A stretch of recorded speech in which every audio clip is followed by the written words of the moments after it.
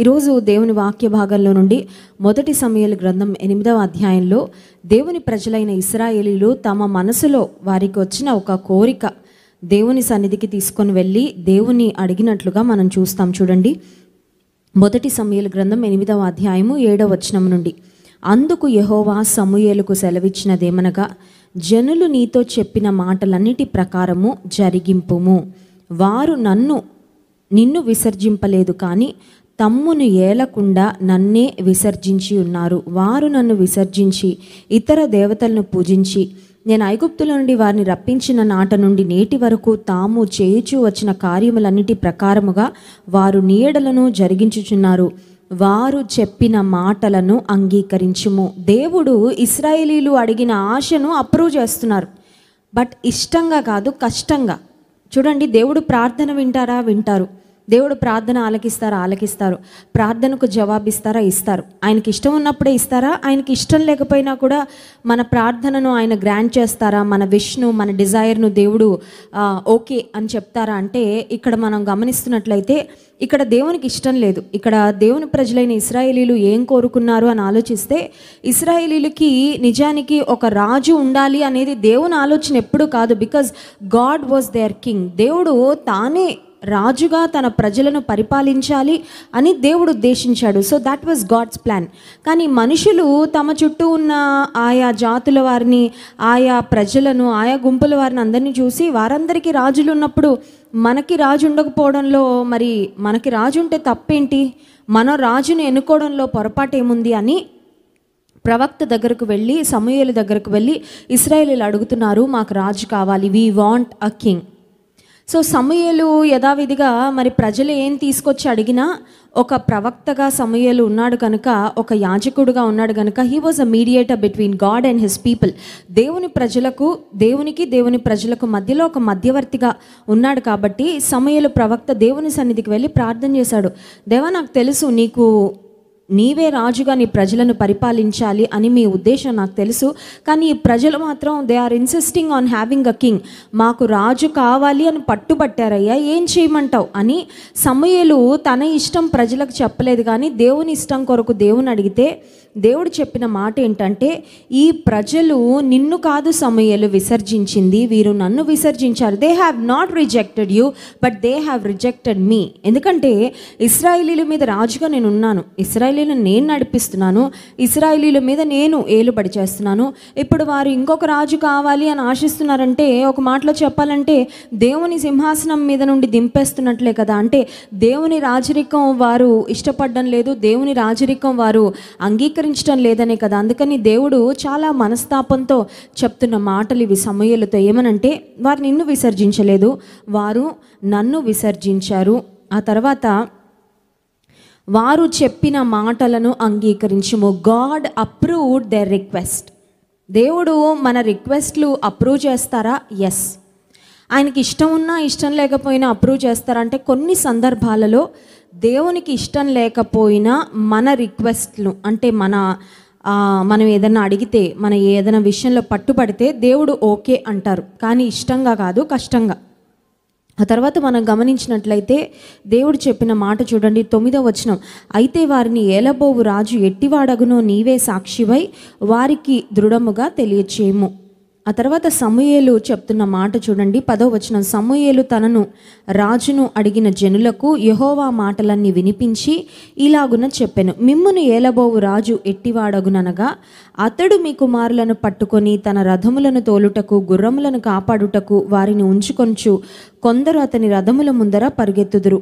మరియు అతడు వారిని తన సైన్యములో సహస్రాధిపతులుగా, పంచదశాధిపతులుగా నియమించును. తన భూములను దునుటకు, వాటి పంటను కోయుటకు, తన యుద్ధాయుధములను, తన రథముల సామానులను చేయుటకు వారిని ఏర్పరచుకొనును. ఆ తర్వాత ఫైనల్గా 18వ వచనం.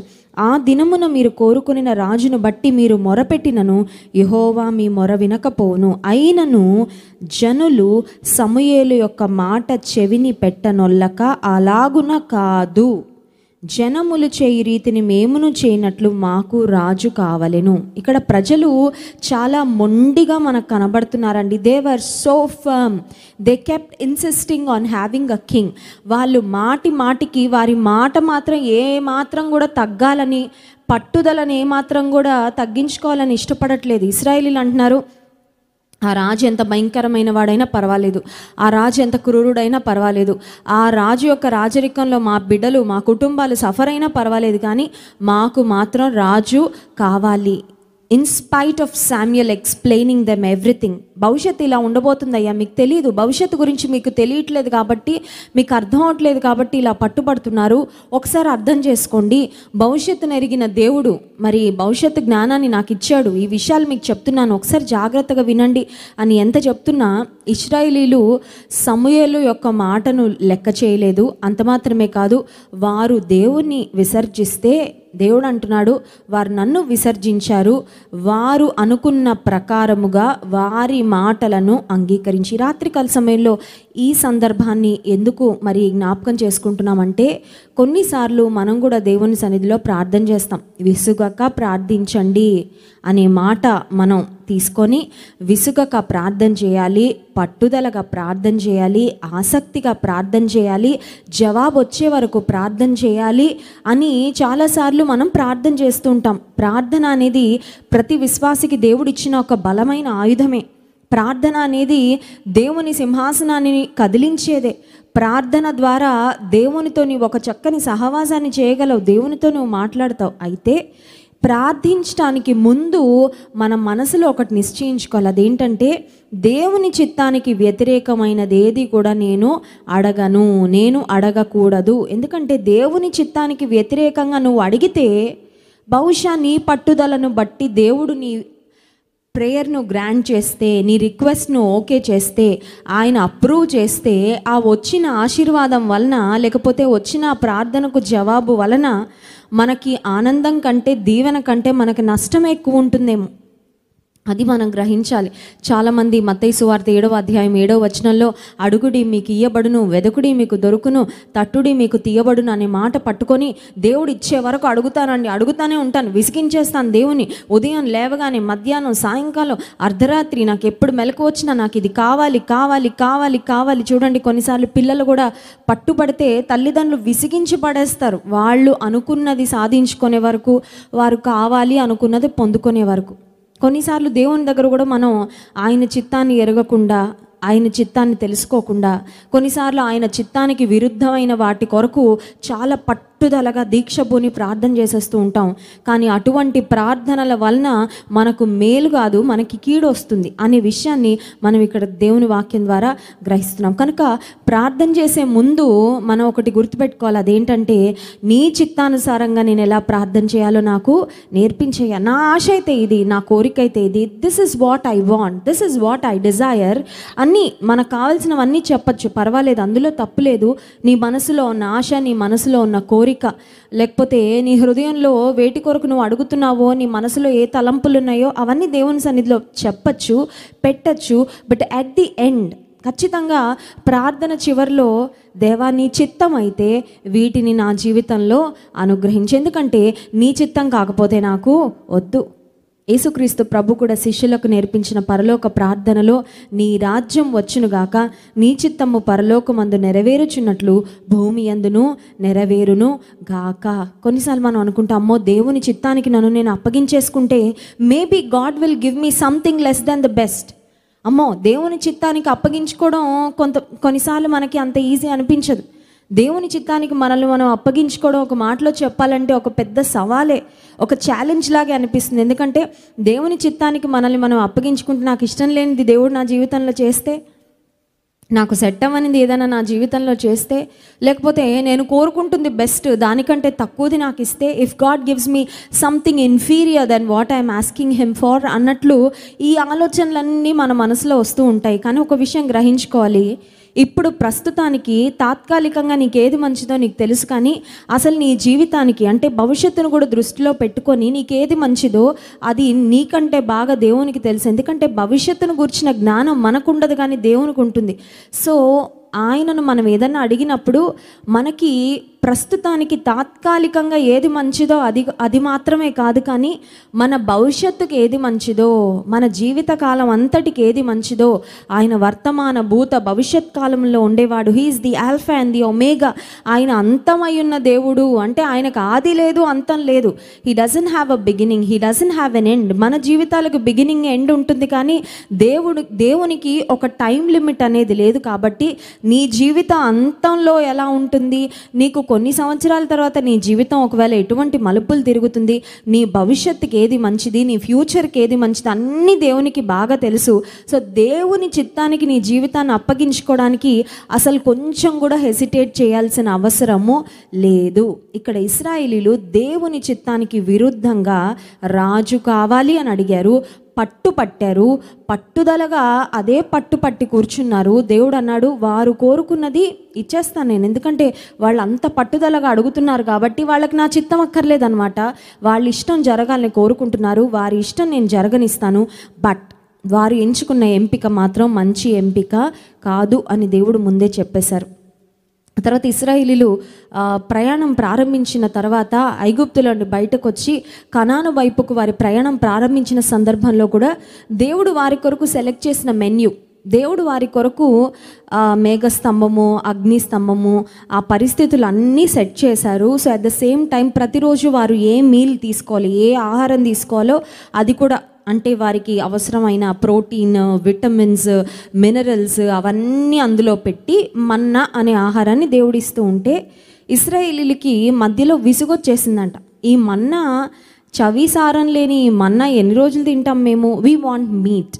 చూడండి, కొంతమందికి మీట్ క్రేవింగ్ ఉంటుంది, వాళ్ళకి మీట్ లేకపోతే ఈట్ అవ్వదన్నమాట, అంటే ముద్ద దిగదు కిందకి, తిన్నట్టే అనిపించదు. కొంతమందికి మీట్ లేకుండా మిగతా ఏమన్నా తింటుంటే గడ్డి తింటున్న ఫీలింగ్ వస్తుంది. అంటే అసలు ఈ ఆహారం తినడం అవసరమా, ఇది అసలు ఆహారమే అంటారా అన్నట్లుగా ఉంటారు కొంతమంది. ఇప్పుడు ఇశ్రాయేలీలు they had a craving for meat, మాంసాపేక్ష గలవారై అని వాక్యంలో చూస్తాము. మాకు మాంసం తినాలనిపిస్తుంది మోషే, కొంచెం ప్రార్థన చేయి మోషే, దేవుడు కొంచెం మాంసాపేక్షను తీర్చాలని ప్రార్థన చేయని అడుగుంటే బాగుండేది. కానీ మోషేకు విరోధంగా, దేవునికి విరోధంగా సనగడం ప్రారంభిస్తే దేవుడు పూరేళ్లను పంపించారు. సో గాడ్ సెంట్ క్వేల్స్, ఒక గాలితో ఆ పూరేళ్ళన్నీ వచ్చి వీళ్ళున్న ప్రాంగణం అంతట్లో వాలేయంట. ఈవెన్ చిన్న పిల్లలు కూడా వెళ్ళి పూరేడు పిట్టలను పట్టుకున్నారంట, అవి ఎగిరిపోలేదు, ఎందుకంటే దేవుడు ఆజ్ఞాపించాడు వాటిని వెళ్ళమని. సో ఆ బర్డ్స్ అన్నీ వచ్చిన తర్వాత వీళ్ళు చక్కగా మంట వేసుకొని వాటిని కాల్చుకొని ఆ తర్వాత చక్కగా తింటూ ఉన్నారు. They were just enjoying the food. అయితే ఆ ఫుడ్ వాళ్ళు ఎలా పొందుకున్నారంటే కృతజ్ఞతాపూర్వకంగా పొందుకోలేదు. యేసుక్రీస్తు ప్రభు నూతన నిబంధనలో మనం చూసినట్లయితే మీ విన్నపములు కృతజ్ఞతాపూర్వకముగా దేవునికి తెలియచేయండి, submit your request to God with thanks giving అనే మాట దేవుని వాక్యంలో చూస్తున్నాం. వీళ్ళు రిక్వెస్ట్ దేవుడికి సబ్మిట్ చేశారు, కానీ సనుగుడు గొనుగుడు ఇది చాలా ఎక్కువ ఉంది. God was totally displeased. దేవుడు వారితో సంతోషంగా లేడండి. వాళ్ళు అడిగినదైతే వాళ్ళకి ఇచ్చేశారు, కానీ వాళ్ళ పళ్ళ మధ్యలో ఇంకా మాంసం ఉన్నప్పుడే సనిగిన వారందరూ సంహారకుని చేత నశించారు అనే మాట వాక్యంలో మనం గమనిస్తాం. So they got what they wanted, వారు కోరుకున్నది పొందుకున్నారు. కానీ ఆ కోరుకున్నది కంప్లీట్గా ఎంజాయ్ చేయకముందే వారి జీవితంలో ఒక గొప్ప నష్టాన్ని కూడా వారు చూశారు. ఈ రాత్రికాల సమయంలో మనం ప్రాముఖ్యంగా నేర్చుకోవాల్సింది ఏంటంటే, మన దేవుడు ఏమైనా ఇవ్వగలడు, ఎప్పుడైనా ఇవ్వగలడు, అడగగానే ఇవ్వగలడు, సమృద్ధిగా ఇవ్వగలడు. కానీ నువ్వు ఏం అడుగుతున్నావో చాలా ప్రాముఖ్యం. ఆయన చిత్తానికి వ్యతిరేకంగా, ఆయన చిత్తానికి విరుద్ధంగా మనం అడిగేసి, దేవుడు కొంతమంది చూడండి దేవుడిని సవాల్ చేస్తాం, నీకు నిజంగా అంత శక్తి ఉంటే, నువ్వు సర్వశక్తిమంతుడు అయితే నేను అడిగింది నాకు ఇవ్వలేవా ప్రభు అని నువ్వు సవాల్ చేస్తే, ఒకవేళ బహుశా దేవుడు తన శక్తిని రుజువు చేసుకోవడానికి, నిరూపించుకోవడానికి నువ్వు అడిగింది ఇస్తాడేమో. అయితే దానివల్ల మాత్రం నీకు ఆశీర్వాదం ఉండదు. ఎప్పుడంటే ఆయన చిత్తానుసారంగా కాకుండా మన ఇష్టానుసారంగా మనము అడిగినప్పుడు. ఈ రాత్రికాల సమయంలో మీ ప్రేయర్ రిక్వెస్ట్ లిస్ట్లో ఏముందో నాకు తెలీదు. మనందరికీ ఒక లిస్ట్ ఉంటుంది కదండి. At a certain point of time నాకు అవసరమైనవి ఇవి, నా కుటుంబానికి అవసరమైనవి ఇవి అని మనం కొన్నిటి కొరకు ప్రార్థన చేసుకుంటూ ఉంటాం. కానీ అవి దేవుని చిత్తానుసారంగా ఉంటే అవి పొందుకోవడం ద్వారా మనకు ఆశీర్వాదం, అవి పొందుకోవడం ద్వారా దేవుడు మహిమ పొందుతాడు. ఒకవేళ దేవుని చిత్తానుసారం కానివి మన లిస్ట్లో పెట్టుకొని నేను ఇవి పొందుకోవాల్సిందే, ఇవి పొందుకోకపోతే కుదరదు, అసలు నేను దేవుని నమ్ముకుందే వీటి కొరకు అని నువ్వు పట్టుపట్టి కూర్చున్నావంటే బహుశా దేవుడు నీకు ఇస్తాడు. God will grant your request నీ పట్టుదలను బట్టి. ఎందుకంటే ఆయనకు సామర్థ్యం ఉంది, ఆయన ఏమైనా చేయగలడు, ఏమైనా ఇవ్వగలడు. కానీ నువ్వు అడిగినది దేవుని చిత్తానుసారం కాకుండా పొందుకున్నందుకు నష్టపోతావు. కనుక మనం అడుగుదాం, ప్రభా నీ చిత్తానుసారంగా ప్రార్థన చేయడం నాకు నేర్పించు, నీ చిత్తానుసారంగా అడగడం నాకు నేర్పించు, నీ చిత్తాన్ని కనుగొని ఆ దిశలో నేను ప్రయాణం చేయడానికి నాకు సహాయం చేయమని దేవుని అడుగుదాం. అట్టి కృప దేవుడు మనకు అనుగ్రహించును గాక.